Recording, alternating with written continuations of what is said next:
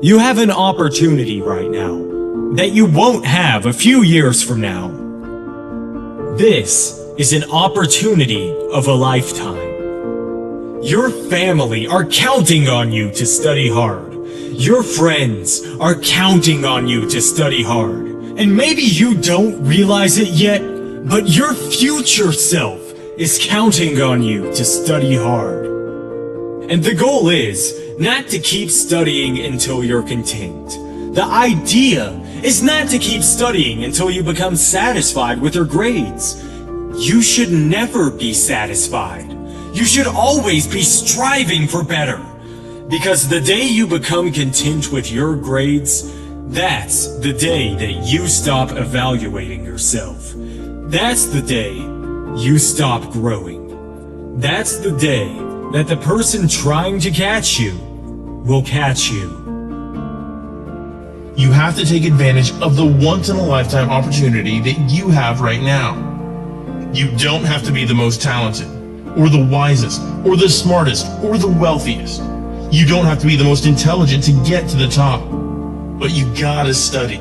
You have to outstudy everyone. Your classmates might come from money. They might have parents that own businesses. They might know people and are able to get them a job.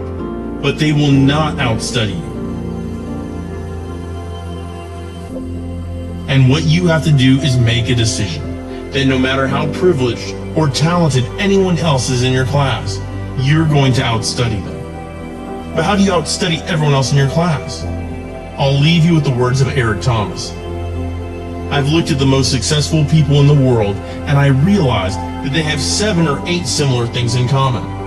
And one of the things they all had in common was that they all had a routine. They are obsessed with routine. They don't have a gap of wasted time in their routine.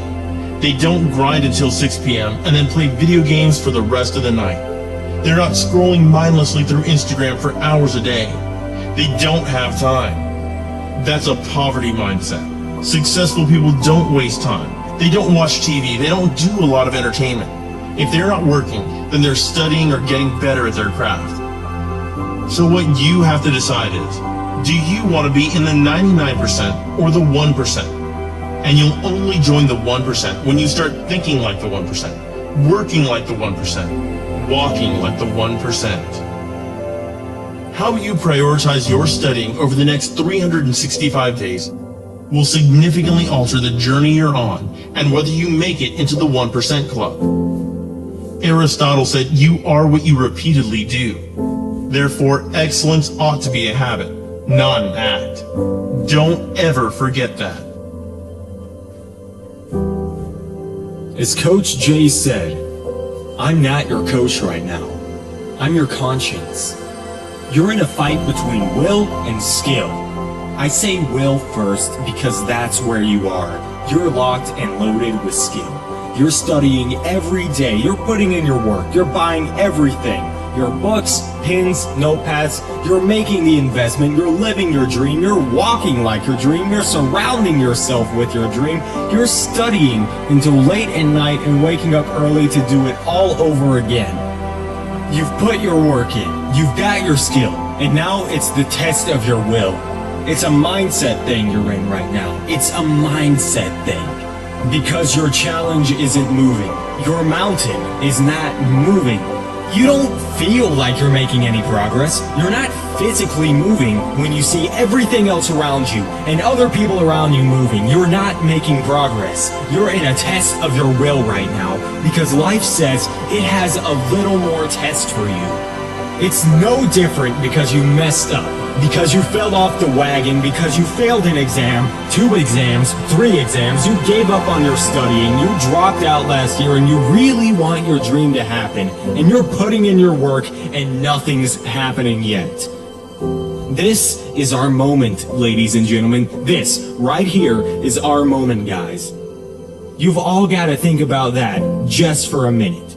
This right here, this moment right here, this is our moment to where we make what we have been dreaming of into reality. The exams you have coming, it all starts in your mind. You've got to fall back on everything that you've learned, Everything that you've prepared for, every hour you've spent studying for it, you've prepared well for this. Dreams can become buried under discouragement, buried under past mistakes. There are dreams buried under failed exams, buried under low self-esteem. It's easy to settle for average grades, even though you have all this potential buried on the inside. All of us have things that we're believing for, something we want to accomplish. Deep down we know it's a part of our destiny. We can feel it so strongly, but then we hit some setbacks. We didn't pass the exam. Our results weren't good enough. If you do your part and start believing again, get your passion back. It's on the way. Go back and try again. The true mark of a champion is even though some dirt gets thrown on your dream, instead of letting it get buried, you keep shaking it off. You keep moving forward. You keep looking for new opportunities.